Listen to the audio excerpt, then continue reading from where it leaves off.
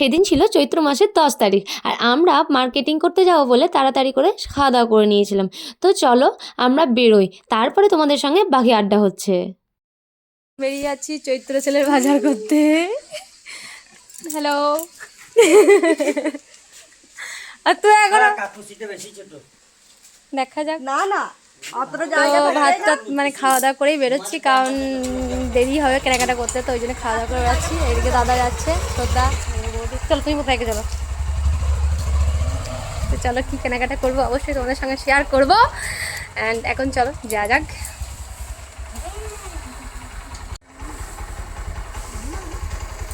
থাকবো। এতটা জায়গা থাকে না আমাদের, কল থাকে এতটা জায়গা থাকে না যে। হ্যাঁ দাদা গাড়িটা লম্বা আছে, ভালোই হয়েছে বসা। হ্যাঁ এটা তো ঠিক আছে, ওইটা তো আমাদের মাসি বসে না বড় মাসি। সানগ্লাসটা বার করে নিতে পারতে। চলো।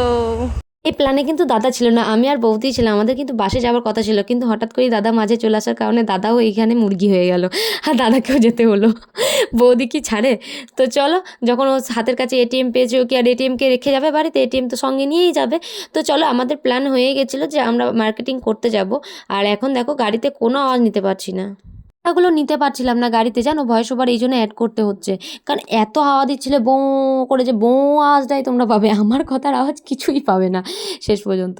ভয়েস ওভার দিতেই হচ্ছে। আর তোমাদের সাথে আড্ডা করতে করতে আমরা কিন্তু বোলপুর পৌঁছে গেছি, আর এখানে কিন্তু আমরা সমস্ত কেনাকাটি করি। কোথাও যেখানেই বাজার করি না কেন, বোলপুরে আমি কেনাকাটি না করলে না আমার ঠিক শান্তি আসে না মনে। তো যাই হোক, বোলপুর ঢুকে গেছি, আর আমরা ঢুকে যাব এখন আমাদের মেন মার্কেট, যেখানে আমি আগেও তোমাদেরকে নিয়ে গেছি, স্টাইল বাজার। স্টাইল বাজার আমি প্রথমেই যাই, যদিও মনের মতন কিছু পাই না ওখানে, আমি একটা দুটো ছাড়া সবগুলো তো পাই না, তবুও ওখানে আমাকে আবার ঢুকতেই হবে। এটা আমার একটা প্রিয় জায়গা। মানে তোমাকে বলি, আমার কি পছন্দ হয়, স্টাইল বাজারে ঢুকে না আমার সেই সংসারপাতি যেমন একটা হয় না, এই বাটি, এই ছাগনা, এই ননস্টিকের কড়া, এইগুলো দেখতে আমার যে কী ভালো লাগে তোমাদেরকে বলে বোঝাতে হবে। তো চলো, কথা বলতে বলতে ঢুকেও গেছি।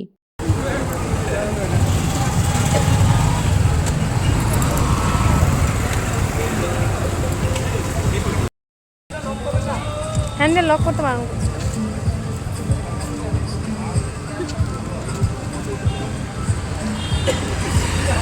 ও দেখো মার্কেটে চলে এসেছি, ভিড় আছে।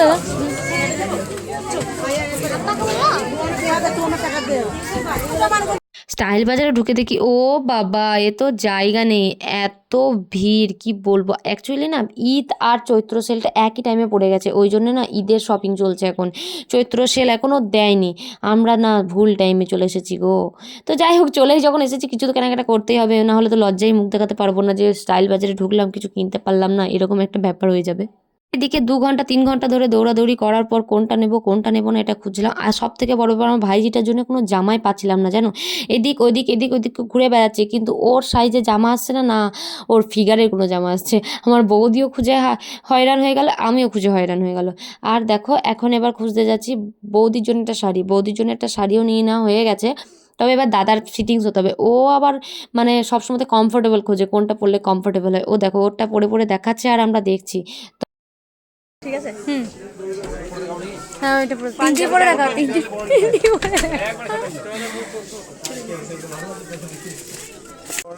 হ্যাঁ দারুণ লাগছে। একটু বড় নিতে হবে, ভালো লাগে। ওটা তোমার ছোট্ট তো, ভালো লাগে না ওটা। পকেটগুলো না, আর এইটা এইটা হাত রেখে, হাত তো তোমার একটু ছোট আছে তো, কাজটা একটু কাটিয়ে যাবে। এটা অনেক বড়।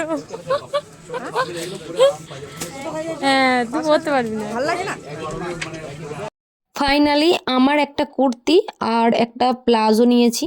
আর এই দিকে দাদার এত ফিটিংস করার পর ওর সবে দুটো পছন্দ হয়েছে। বৌদির পছন্দ করা পাঞ্জাবিগুলো একটাও নিল না, কারণ ওর ভালো লাগেনি, ওইগুলো মানে জরির কাজ আছে, ও ওইগুলো গরমে পড়তে পারবে না, ওই জন্য নেয়ও নি মনে হয়। মানে আমি আর লাস্ট অব্দি দেখিনি, আমি আমাকে নিয়েই ব্যস্ত ছিলাম, আমি খুঁজছিলাম আমি কী কিনবো। তো এদিকে দেখো ওটা পর আর একটা দোকানে চলে এসেছি, আর আমার কিন্তু ভাইজিটার জন্য জামা নেওয়া হয়নি, ওখানে পছন্দ হয়নি ওর, ওই জন্য ওখান থেকে বেরিয়ে আসতে হয়েছে, ওর জন্য আবার আলাদা করে আলাদা একটা দোকানে আসতে হলো। তো এখানে দেখছে এখন দেখেই যাচ্ছে, কখন যে পছন্দ হবে জানি না।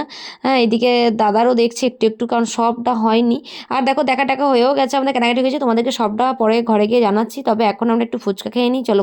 ফুচকা খেতে খেতে দেখা হয়ে গেল বৌদির দিদির বিয়ে হয়েছে বোলপুর, তো ওর সাথে দেখা হয়ে গেল। তো আমরা 4 জন মিলে ফুচকা নিয়ে নিয়েছি, দই ফুচকা। এখানে জানো তো দই ফুচকা খেতে খুবই ভালো লাগে, তো আমরা দই ফুচকা নিয়ে নিচ্ছি। একবার বৌদির সাথে এসেই এখানে খেয়েছি দই ফুচকাটা। আর দেখো ফুচকা টুচকা খাওয়ার পর বেরিয়ে গেছি প্রায় সন্ধে, আর বাড়ি যেতে যেতে একদম সন্ধে হয়ে গেছিলো আমাদের। আর বাড়ি ফিরে তোমাদের সঙ্গে বাকিটা শেয়ার করব। তবে বাইকে যেসব কথাবার্তা বলেছি সেগুলো কিন্তু নেওয়া যেত না, এত জোর হাওয়া দিচ্ছে, সে হাওয়ার আওয়াজ। আমি আর বৌদি তাও ভিডিও করতে বন্ধ করিনি। তো চলো বাড়ি এখন পৌঁছে গেছি, তোমাদের সঙ্গে শেয়ার করি। বেরিয়ে গেছিলাম তখন ছিল রোদ দূর, আর এখন পুরো অন্ধকার হয়ে গেছে, তাও সেভাবে কোনো কিছু কেনাকাটি করতে পারিনি। বই দেখাচ্ছে ওই ব্যাগটার মতন, তাও কমপ্লিট হয়নি। হ্যাঁ, এবার বাড়ি ফিরলাম, এবার একটু ফ্রেশ ট্রেশ হয়ে চলো আজকেকার ব্লগটা এই পর্যন্ত, দেখা হচ্ছে নেক্সট ব্লগে। টাটা, সবাই ভালো থেকো, সুস্থ থেকো।